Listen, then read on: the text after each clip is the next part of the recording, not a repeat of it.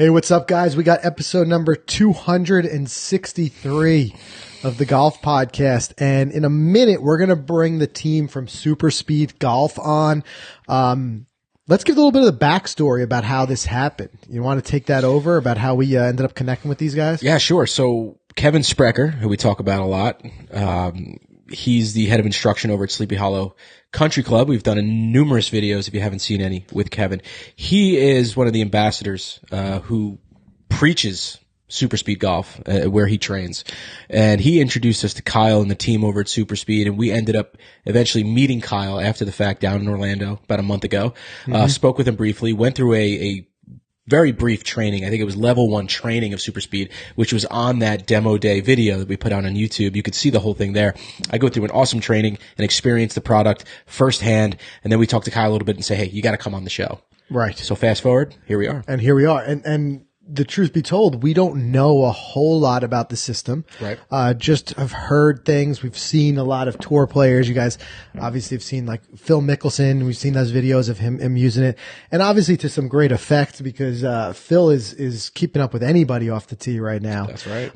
So there was that sparked our interest, and then follow that up with being down at the PGA show at demo day and seeing the numbers that Mike saw right off the bat. Obviously, interest fully peaked at that point. Right. So we said, let's get the guys on the show. Let's pick their brains and find out a little bit more.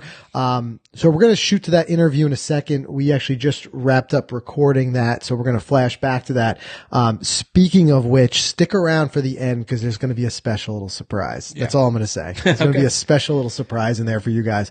But before we bring Kyle and Michael on the show, which again, I'm very excited to do. A couple of the big things that we've got going on. If you haven't checked out the YouTube channel yet, obviously, we wrapped up our Florida swing, which is what we're calling it we just finished dropping the last of the videos from when we were down there from the PGA show. Last video in that series was Celebration Golf Club, which we had a lot of fun playing. We did. But it was, the only downturn to that day was the weather. Cause I think it was the last 3 holes, the sun was finally fully out and we got to realize the true beauty of that course. Yeah. Because prior to that, it was just raining. It was wet. Yeah, and I'm sure you had a lot of fun going back through the footage because you played lights out that day. You know what? Best round by far of the year, and we'll see how well that holds true. Do you remember what you shot? I got to pull up my shot scope to take a look because I don't remember. We played so many rounds. All I remember is I had a really solid par train rolling there. And I think on the back 9, I think I was even or close to even through 5 holes. Yeah. And which for me, that's super solid. Yeah, I know the wheels came off a little bit at the end, but you still had a great day. Yeah, you know what? I remember now, like, unfortunately remembering. They did. The last 3 holes. There's so much water on that course. The last 3 holes, I think I went like bogey, double bogey, double bogey, or something crazy like that. It just derailed it. It was a tough way to close. It really was. I'm looking here as I get a chance to try to bring up my shot scope. Pretty well. And if you haven't seen the video, check it out because we didn't even think we were going to get it in. Again, special thanks to Steven. He's a longtime fan of the podcast. He kind of works with this course. And he invited us to play it. So we appreciate that. And, like you said, it was the last one of our Florida swing. It was kind of like a sad one. We actually put out about 9 total videos on our YouTube channel that came out of that trip, of this being the last one. So, and I think that's going to be the formula more going forward. I think so. I think what we'll do is when we go away on different trips here and there, we'll try to record as much while we can and then just kind of roll that out after. Speaking of which, the big one, we literally just a few minutes ago booked our flights to Scotland, which, man, am I ever excited for that. Yeah. Beginning of June, we will be there for about a full week and let the itinerary planning begin, right?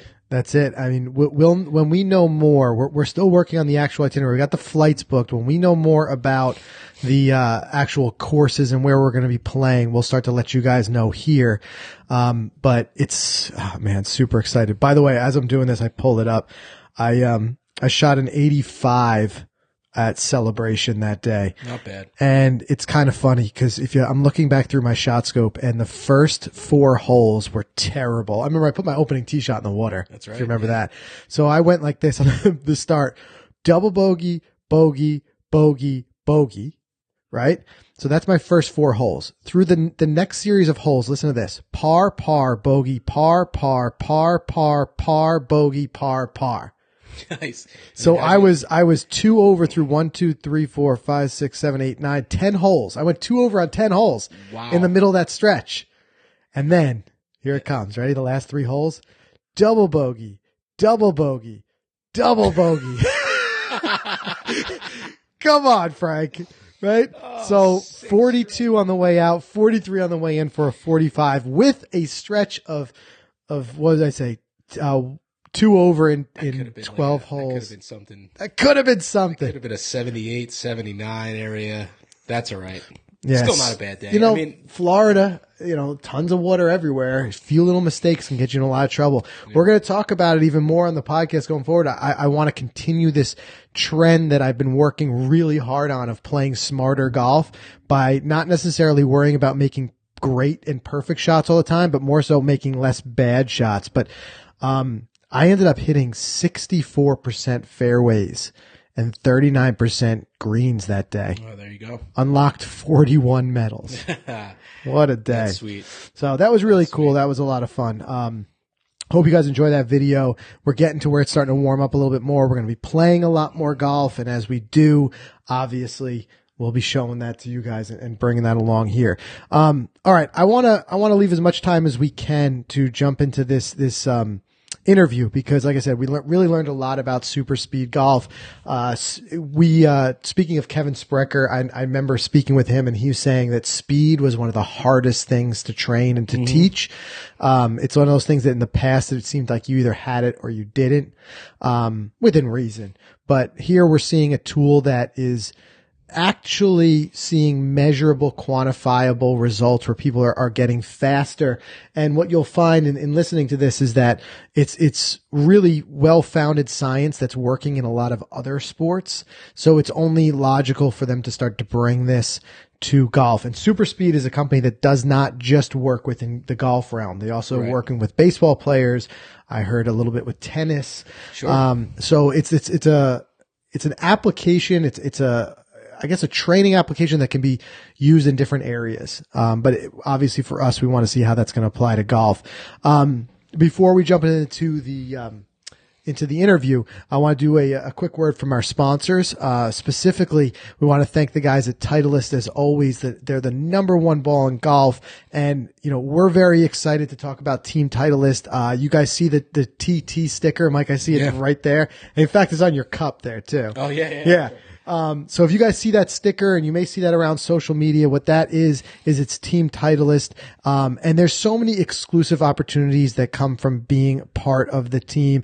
And here's the best part, Mike. It's free. That's right. You just sign up and all of a sudden you get a lot of these exclusive and extras. And it comes with some really cool perks, right? Yeah, it definitely does. I mean, Team Titleist gives you access to opportunities like prototype testing, special events, limited edition gear from Titleist, and so much more.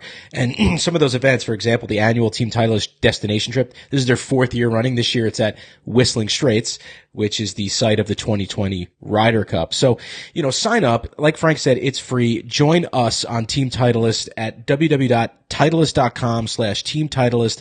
That's one word, Team Titleist. And as soon as you land on that page, a pop-up comes right up on the page. You put your email in and you're in. No doubt. And I think the biggest question we always get when we see us posting on social is those white prototype boxes. Yeah. We got to talk a lot about the Pro V1, Pro V1X, but we were testing the prototypes and it's not something that's just going to be, for guys like us. I mean, you guys have access to it too. And the way you do that is through Team Titleist. So check it out. Also, we want to thank ShotScope for sponsoring today's episode. Guys, if you haven't heard about the ShotScope, what it is that new V2. You've probably heard the term V2. It's their second version of the watch. It's a GPS and stat tracking system. It's all in one watch that you wear when you're out on the golf course. You can preload, I think, 40,000 golf courses? 40,000. They've got so we'll be using it. We're using it here all the time. We'll be using it when we go, over to Scotland. You can use it internationally. In fact, that's one of my favorite parts because of the fact that it doesn't require your phone and the watch handles everything. Right. Because so many people worry about a drained battery. You worry about using your data, especially internationally with God knows what that costs. Yeah. Yeah, true enough. So here, you could actually leave your phone at home if you wanted to, if you're crazy enough to part with your phone that long. But otherwise, if you want to throw your phone in the bag, in the cart, whatever, you don't have to worry about it. The watch is handling everything. And in the background, that's where that magic happens, right? Yeah, exactly. And magic's the key word. I mean, I'm looking at my ShotScope dashboard now, and here are just some of the stats that are being collected while you play. Average driving distance from all your clubs, fairways hit, identifies your misses. We always talk about that, greens and regulations, proximity to the hole, so on and so on. I can go on for a long time talking about everything that this collects. There's hundreds of stats. And like you said, there's medals. You collected 41 medals in that round at Celebration. Yeah. Those are really cool. I'm excited to collect some of those, especially when we go over to Scotland, get some of those international medals, things like that. So, grab your ShotScope V2, visit shotscope.com/Golficity, use the coupon code Golficity at checkout, and you're going to get $40 off the price. Yeah, you can't beat the price. And not only that, like in this background, just as you saw, I just pulled up my round. I'm the type of guy, I always lose scorecards. You know, here I've got a record of every round I've played, right? Because it's all tracked by the watch. As you're out there playing, you have your GPS distances that you can read from the watch. So it acts as a GPS distance watch when you're out there, but in the background, it's recording every shot. And it's a great little, record of and it's a memory of every hole you've played, everywhere you've played. So it's great stuff. As Mike said, make sure you guys check that out. Go to shotscope.com/Golficity so you can make sure that you can get our discount. You get $40 off the price. All right, let's shoot over to our interview. We've got Kyle and Michael from SuperSpeed Golf. They're going to tell us a little bit more about how the system works, how you guys can get the most benefit out of it if you do decide to use it, as well as, like I said, stick around because there's a special surprise in there too.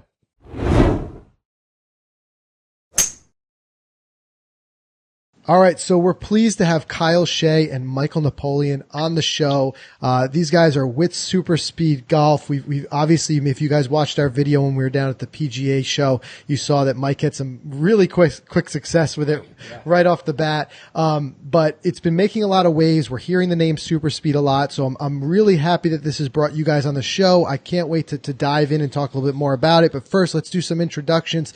Kyle, Michael, I guess, Kyle, why don't we have you go first? Tell us a little bit about your background and what you do at SuperSpeed. Yeah, so my background was a competitive amateur golfer and junior golfer, played collegiately as well, and then really delved into the golf fitness, physio rehab side after college. Kind of put the competitive career away and did that for Mike, my partner for Speed now, about 10 years ago or a little bit more in Chicago, and we formed 2 golf performance centers together within the Chicago area, ran those very successfully, and we ended up partnering together on SuperSpeed Golf, which was an offshoot of our training business. That started to go so well that now we do that full time. Very cool. And Michael, how about yourself? Yeah, so I guess I was the swing coaching side of that. So I'm a PGA professional. I got into really the golf business and the teaching and coaching side of it after college as well. And then, when got together with Kyle in Chicago, I think that was a recipe for a lot of success that we had with our clients, just looking in a lot more detail about everything that might be affecting their golf swings and then putting together really comprehensive programs to help them get better. SuperSpeed, was kind of born out of a lot of that education that we were ourselves getting when we found that type of training that used to be called overload underload training. And then we just started to do a ton of research on our own, and we had all the toys at our academy. So we had all the 3D systems and force plate stuff and launch monitors, and we could really test exactly what was going on. And I guess the rest is history. It's sort of a continual learning process with SuperSpeed to help people get better and increase swing speed as much as possible. Very cool. So let's talk a little bit about timeline. I feel like, at least from my awareness, I've been seeing a lot with SuperSpeed over the last 12 months, but how far back does this go, and when did you guys first really start developing the product? Yeah, we launched the company in October of 2014, actually at the World Golf Fitness Summit with TPI. That was the very first time we brought it out into the market. So we're actually starting year 5 right now.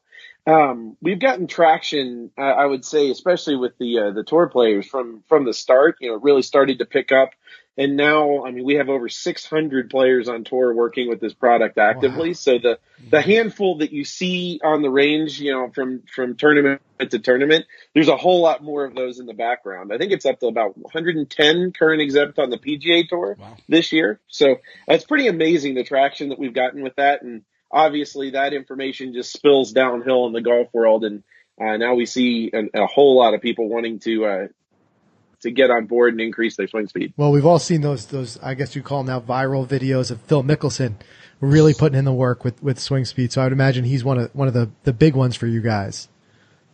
Yeah, I think TPI has been a good partner for us in helping with that, but Phil has a big team approach around him, and one of the main guys that he's spent a lot of time around is Tom Brady. So Tom Brady's your ageless wonder in football. And he's been using these concepts of lighter, heavier balls to increase or help his arm strength and speed. And so Phil's always been hanging around him and kind of wondering what he's doing, and that helps spill over into what we're doing at SuperSpeed. So thanks, Tom Brady, for the kick on. That's very cool. So let's talk about that a little bit. Overload, underload. I guess, you know, what's kind of the basics of the science of how this works? Because I guess if you take it down to its most simple fundamentals of my understandings of swing speed and getting that chance to use it, you're swinging, you know, clubs. Well, in this case, like weighted shafts that are a little bit lighter and then a little bit heavier than your traditional club. I guess hence the overload, underload. But that's my deepest understanding of it. So can you guys take us a little bit deeper and tell us how that works and what it is? Absolutely. So overload, underload training, in my opinion, wasn't extremely descriptive of exactly what was happening in the body. It's actually the reason we kind of changed that term to what you hear now as OverSpeed training, which we feel to be much more descriptive. The training's it's all about making your body move faster doing something it already knows how to do. So whether that's throwing, hitting, swinging a golf club, whatever that is, whatever that movement pattern is, we want to make the body move faster than normal during that motion, and we're going to try to reset how fast the body responds, or the normal response speed, when you pull the trigger. So that's kind of the science behind it. It's been used in sports for hundreds of years. This has been used in track and field as far back as we can remember, with sprinters really training in like uphill, downhill inclines to change resistance. You know, more recently, Major League Baseball and other throwing sports using weighted balls to increase arm velocity. We just took that good science information and kind of furthered it. We optimized it for swinging sports, and now you see all of our golf products. We also have baseball products. We have tennis products coming out. So we're kind of trying to corner the market on any time you're swinging an implement. We know we can help you do that faster with OverSpeed training. So for golf, you saw a kind of a big hole there in that the training was being used so many other places, but you felt the need to bring that into golf. Yeah, we saw it a lot, especially with people using maybe like alignment rods, shafts with nothing on the end, really heavy clubs, swing fans, and we tried to make that much more specific for the golf swing, in that we want to increase club head speed, but we don't want it to negatively affect mechanics or accuracy. So that's why our system is so specifically weighted as it is, where we have a 20% light, a 10% light, and a 5% heavy compared to that player's driver. And we have a men's, women's, senior, and then 3 ages of junior sets. Gotcha. And that was going to be my next question. For anybody who's not familiar yet, what is the SuperSpeed system? What does it consist of? I think you kind of just said it there, but if there's any more detail, is that how the set it works and that's how it's set up? Yeah, I think a great way to go about that would just to walk you through what usually happens for a player. And we have so much great data on this now that we see this almost every time. So, it's getting to be a really strong theory. So like, let's say you take a player that swings at 100 miles an hour. Okay. You measure some swings on TrackMan and you see them hitting a ball and their club speed's 100 miles an hour.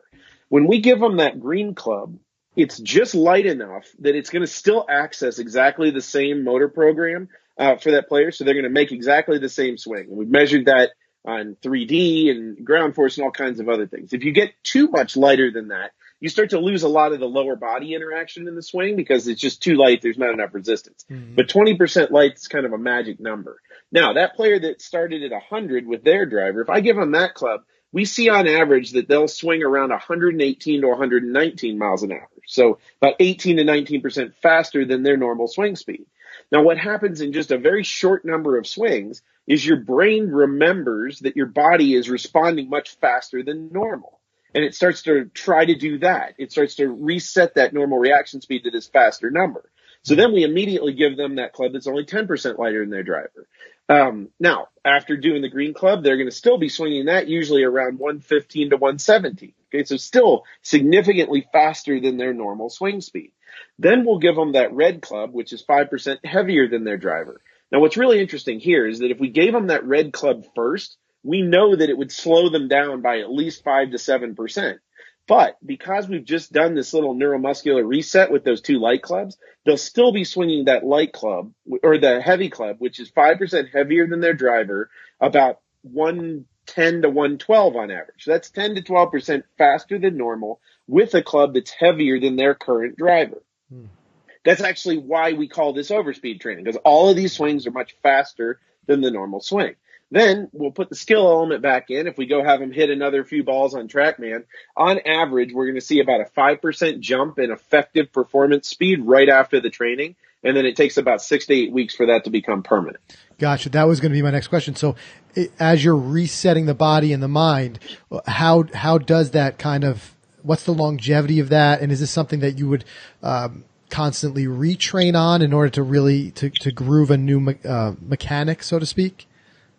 So the training works more in peaks and plateaus, like Mike said. So you'll see that immediate spike right after, but that won't last more than maybe about 30 minutes. But after about that 6-week time frame, you've done enough repetition, but not too much, that you've now retrained that motor pattern to actually be a faster response. So every time you set up to the ball, your brain tells your body to make that swing at a certain speed. And now we've actually trained it to make it at a faster speed. So we have different protocols built out as to how to work through the training, but it's very much like a fitness routine where you'll eventually plateau and you will see not much in gain wise, and then we'll progress you to the next level, which will include a different position of swings and maybe a little bit more intensity with reps. But you'll see the biggest gains within the first two protocols, which would be about 3 months. And then we have training over a year's worth, even up to about 2 years, that you can do if you still want to continue training and see the gains. The biggest ones, though, are in your first 6 weeks and second 6 weeks. Gotcha. And is this something, go ahead, I didn't, Mike, cut you off, but I want to talk about working with coaches. What is on that. So over 3 months, what does the commitment look like per week, per day, hours wise? Because like you just said, I mean, when I was down in Orlando and I went through that very fast training, I did get those quick results right away. Swing speed, I think at the end was like 133. It jumped up. It was incredible from where it started. But like you said, it's going to go away right away unless you build that kind of, build it up. So what does that commitment look like for someone like me who's going to pick these up and use them? Yeah, you ready for this? I mean, this is probably one of the most incredible parts of this whole system is that we're not asking you to spend, 2-3 hours on the range, 2-3 hours in the gym. Like those training sessions take about, I would say the first protocol takes about 5 minutes. Probably the longest one we have might take 8 to 10. And we're asking you to do that protocol 3 times a week with a day off in between. So, I mean, for the entire thing, you're under a half hour a week, absolute maximum of training with this to see those big results in swing speed. I love that. Wow. Yeah. I mean, and that's what everybody's chasing after is that speed. We've heard often a lot of coaches say that's one of the hardest things to teach is speed. So the fact that you're able to get that in a short commitment like that is incredible. One question that I had in watching Mike go through it was this, part of the training. It almost felt a little bit awkward at first, but swinging opposite side. So they had him swinging lefty a little bit. What's the logic behind that non-dominant side training as part of this training program piece?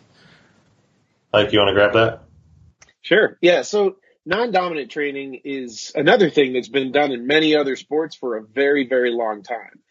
It's a very interesting thing when we start to look at rotational kinematics in the body and how energy transfers rotationally throughout our golf swing. The big piece here is that the lead side of our golf swing. So if I'm a right-handed golfer and I'm right-handed, right side dominant, I'm actually going to be stabilizing on my left side or my non-dominant side. Okay, does that make sense? So That does, basically, all of the segments in my body have to stabilize, and the faster and more aggressively they can stabilize when I make a golf swing, the more energy is going to be able to transfer up the chain through the swing. So what we're doing with these non-dominant swings is we're activating muscles we might not have used on that non-dominant side, because the process of the backswing causes us to load into that side a little differently. And then we're really working on that lead side's ability to stabilize during the swing. It's interesting to add too that, I mean, an awful lot of your most powerful athletes in the world in golf and in other sports actually swing with their dominant side being the lead side of the motion. Most hockey players in the NHL, when they're doing a slap shot, if they're a right-handed player, they actually swing what we would look like as left-handed to do it. You see a lot of golfers. I mean, I don't know if you know this, but Phil Mickelson's actually right-handed. Right. He swings essentially non-dominant to his normal swing. Jordan Spieth's the same way. He's left-handed. A whole lot of your long drive professionals are in that boat. And you can go even further. We've done a lot of research now looking at baseball players. If you take stats on switch hitters in Major League Baseball, most of them will tend to have a slightly higher average on their dominant side, but they'll always have better power numbers on their non-dominant side. That's interesting. That's just something to kind of look at. And it's another one of those pieces of this. It's never been used in the golf industry. So I just feel like we have a huge gap there of potential areas for every player to improve and increase speed. It's like, if you can get a little bit more stability and strength and stability power on your lead side, I mean, that's going to be a home run for energy transfer and efficiency in your golf swing.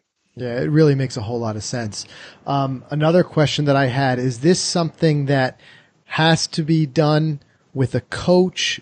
Can you go through this training on your own if, let's say, you were to pick up a set of SuperSpeed, or is it something that you should work with a coach, or is it a combination? Because I've kind of seen a little bit of both. I see some people just kind of using it on their own, but I've seen a lot of coaches and coaching facilities that are adding this to part of their training and working with their students on that. So is that a requirement? What's your thinking there? We have it all across the board. On our end, we've made sure that if you're going to do it on your own, we've got all the protocols built out on our website for you, or on our YouTube page, which will be video based, or you can print them off as a PDF.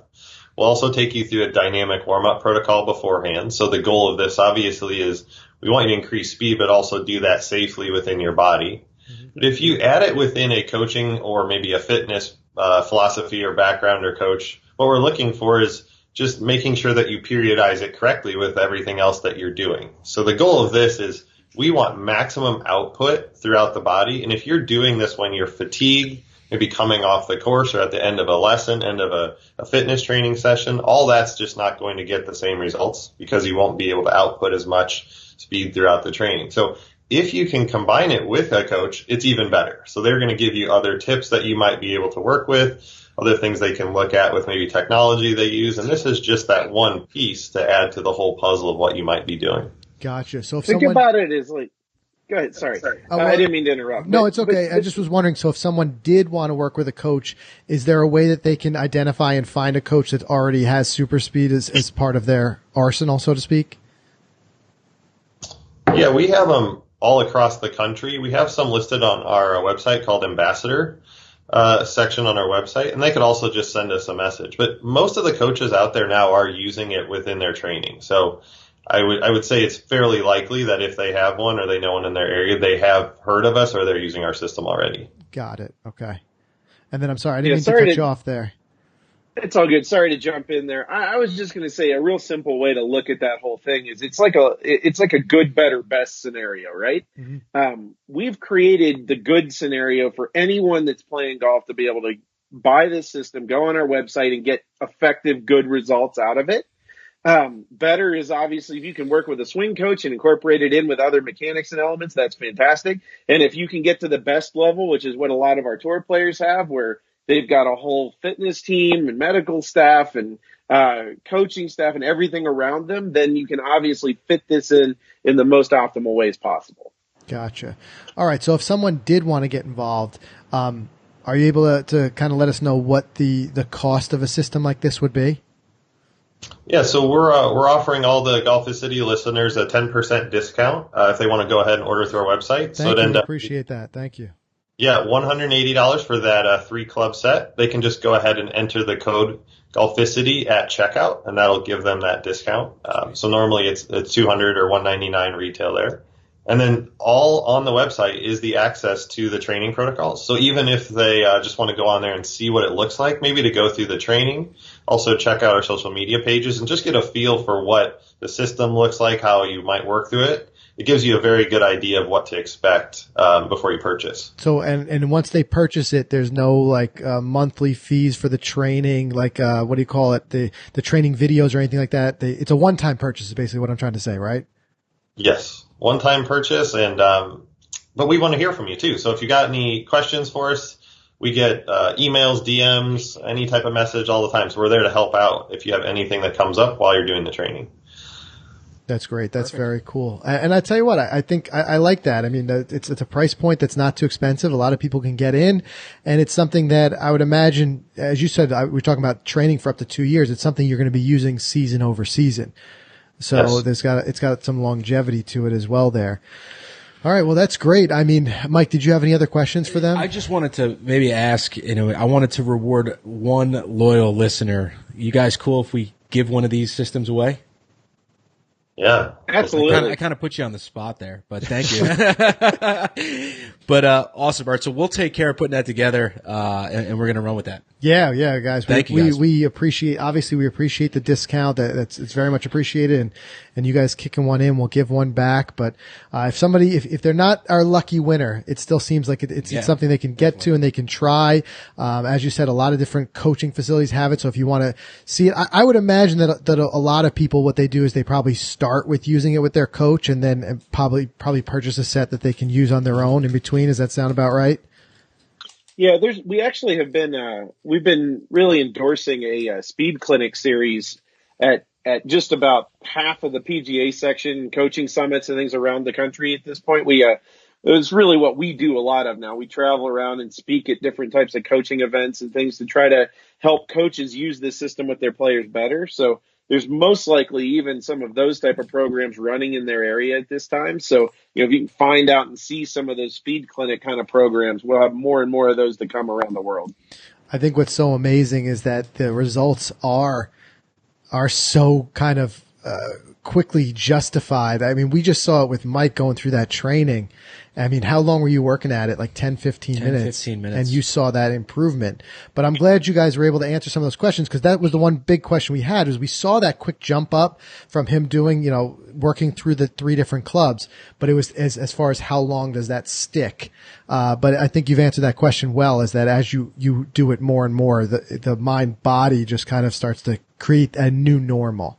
So as soon as somebody sees that jump too, like when you're going through that session and you go through like a 5-10 minute training session, you look down at a monitor and you see that you just jumped up, hitting balls from 80 miles an hour to 84 or 85. Like, it certainly helps people just, again, believe in the product and then put in that time over that next 6 weeks or so to make that a permanent change. We definitely feel like once people get started with that and see those results, they just continue to make it a part of their routine. Yeah, those numbers are great motivators, that's for sure. Well, guys, listen, we appreciate you taking the time out of your busy schedule to chat with us. Like I said, it's been on our radar now, SuperSpeed, for quite some time. We've just been seeing such great results at all different levels, as you said, with the PGA Tour all the way down. So it's great to find out a little bit more about it, and we appreciate taking the time to pick your brain on it a bit. Yeah, absolutely. Thanks for having us. Go ahead and check us out on social media at SuperSpeed Golf on any of the handles, and then superspeedgolf.com is the website. That's great. And we'll link to those in the show notes as well. If you're listening, if you don't have a chance to check it out this moment, you can check out the show notes. You'll see all those links. Kyle, Michael, thank you guys again for speaking with us today. We appreciate it. It's been great chatting with you. Yep. You're welcome. Thank you so much. Thanks, guys. All right, guys. Take care.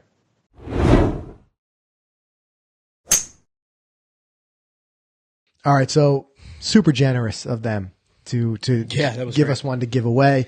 We'll work on the details of that and how we want to run that giveaway. Just check, as always, with the show notes, which you can get to by going to golficity.com/episode 263. Or if you're watching this on YouTube or Facebook, we'll have the link as well in the video description for how you guys can get involved with that giveaway for a chance to win one.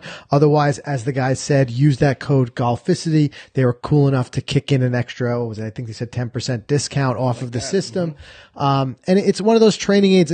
We're in a day now where it feels like we're getting bombarded with training aids, but the piece of the pie of ones that actually work seems to be slimmer and slimmer.